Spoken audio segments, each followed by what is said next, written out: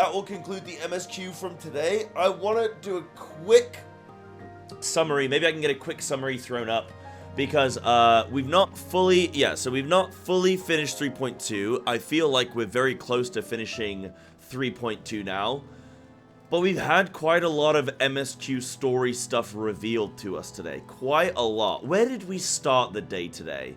We started the day, obviously, on the back of Wednesday's stream, where we finished 3.1. And we started to go down this Splatoon theory rabbit hole. I've only got 3 quests left in 3.2? Okay. So 3.2, I mean, it was us... That's it. It was us preparing for a peace feast with the dragons and these guardians. But, as we know, not a lot of people are happy about that as an idea. Oh no, we started with Minfilia, didn't we? We were trying to find Minfilia, and Kryl had a good idea of how we might find her. We went to Matoya again, didn't we? And Matoya allowed us to go into the dungeon, the anti-tower. Is it the anti-tower? And that's what it's called. And then we were met with Minfilia, like after the dungeon. We met with Minfilia in ghost form, in crystal form, and she basically revealed to us everything about the Ascians and Hydaelyn and Zodiark and everything, which was something I've been waiting to find more about. Like, I've been waiting to find out about it since beginning ARR, right? But since meeting sort of the well, once you've been exposed to the Ascians like 5 times, and they're like, "Oh, we're bad, we're evil, we're doing stuff," and you're like, "Okay, what are you doing?" And they're like, "Chaos," and you're like, "Okay, but why? Why are you just trying to do a bunch of random bad things, you know?" And we didn't know why for the longest time, and I honestly had no real clue. But now we know, because of Minfilia sort of being presented to us. Minfilia showed us that, or told us that Hydaelyn and Zodiark are basically at war with one another, and Hydaelyn locked Zodiark away, like banished him or something, like locked him away. But now the Ascians are trying to sort of bring him back, right? They're trying to like resurrect. I think she even used the words resurrect Zodiark.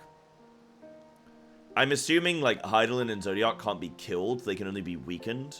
I would assume that's the whole thing. And then we found out that, okay, this is gonna be hard. So Minfilia said that our planet is like one of 13 planes, and there's the reflections, and what are the wording? What's the wording?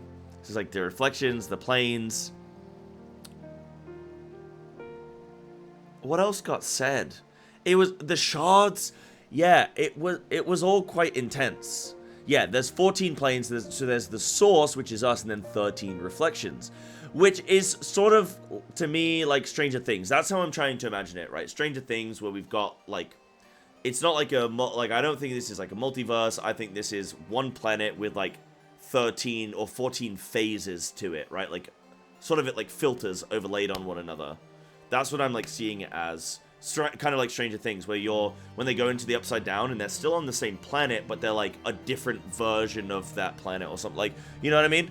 That's what I'm sort of thinking. And then, yeah, so every calamity causes a rejoining. So, like, every calamity which the Ascians are trying to cause, the Ascians are trying to make these calamities occur.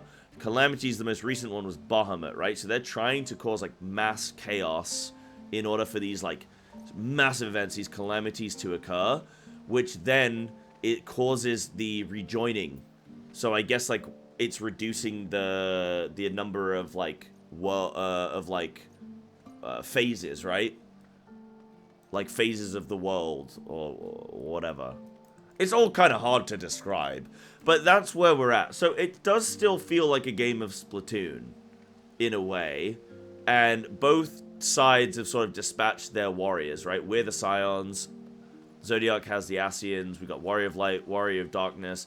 And we're basically trying to prevent the other from like, getting the upper hand. It also means that Minfilia is now, like, in spirit form.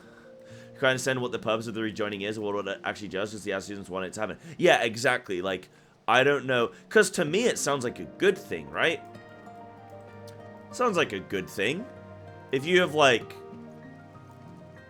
a bunch of, like, fractures of a thing, right? It sounds pretty good to, like, rejoin everything, right? The rejoining, it sounds pretty nice. Except for the calamity part. Yeah, the calamities don't sound great. Watching you cook for ages only to get the answer right in the next bit of the cutscenes never gets old. It's so funny. Yeah, that's what was happening, because I was cooking, and I would sit there for like 5 minutes cooking on a quest text, and then the next quest text would just be the answer that I'd cooked. Which is kind of cool, because it's like, oh, I'm cooking in the right direction, like, this is good, but I could have just probably waited and then, you know, found the answer anyway. So, once we figured that out, and that's sort of, like, it doesn't, I mean, that doesn't really confirm any theories of mine, other than just that the Ascians want chaos, but it does sort of go down the route of Legend of Korra. It's still going down that route, but now I'm sort of seeing more, like, I'm, like, perceiving this as a Stranger Things type thing, like, in terms of the world, like, the world, like, phases. And then, yeah, and then I don't know. I think I want to wait and see what, like, why we want the rejoining, like, what that's for. I guess Zodiark gets strong, but, like, what for? Because the interesting thing with, like, peace... So Hydaelyn is presenting this as, like, oh, we're the good guys, we're the blue crystal, that means we're good, so we want to keep the world order as it is now. But that's assuming that, is the world in peace right now? No, the world's not at peace. There's a bunch of issues in the world. So it's not exactly that the world is in a time of peace. But then you could say that the world isn't in peace because of the Ascians, or isn't at peace because of the Ascians. So, and then the question is, how long has this war been going on between Zodiark and Hydaelyn?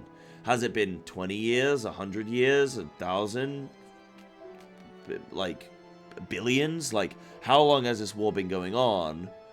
Because that's really interesting, actually. I hadn't thought about that in terms of time frame. Because, like, kind of like, how long have the Ascians been trying to unravel this? Yeah, we don't know what's... yeah, because we're assuming that Hydaelyn's the good guy, but I don't think Hydaelyn's necessarily the good guy, right? I think it's morally gray. I think Hydaelyn has selfish reasons, and I think probably Zodiark does too. So, that's what we got to try and figure out. That's what we got to wait and see as to, like, what sort of occurs there. And we need to see the motive for Hydaelyn and Zodiark. But I have a feeling that we're probably not going to see that for, like, a while, right? It's taken us this long to finally find out what the Ascians are up to. Have a little coffee, please, if you don't mind. You sound very husky. I am pretty husky. I've been reading quest text all day. Yeah, it's been crazy. That's why. I'll come say hi in a sec. Yeah. Goodbye. Again, for your previous cooking, you asked the question of why this star. Oh, yeah, I did ask why this planet. Yeah, I asked yesterday or Wednesday stream. I was like, why this planet? I'm kind of, like, I don't think this planet is probably going to end up being very special in a sense. Like, there's probably something about it.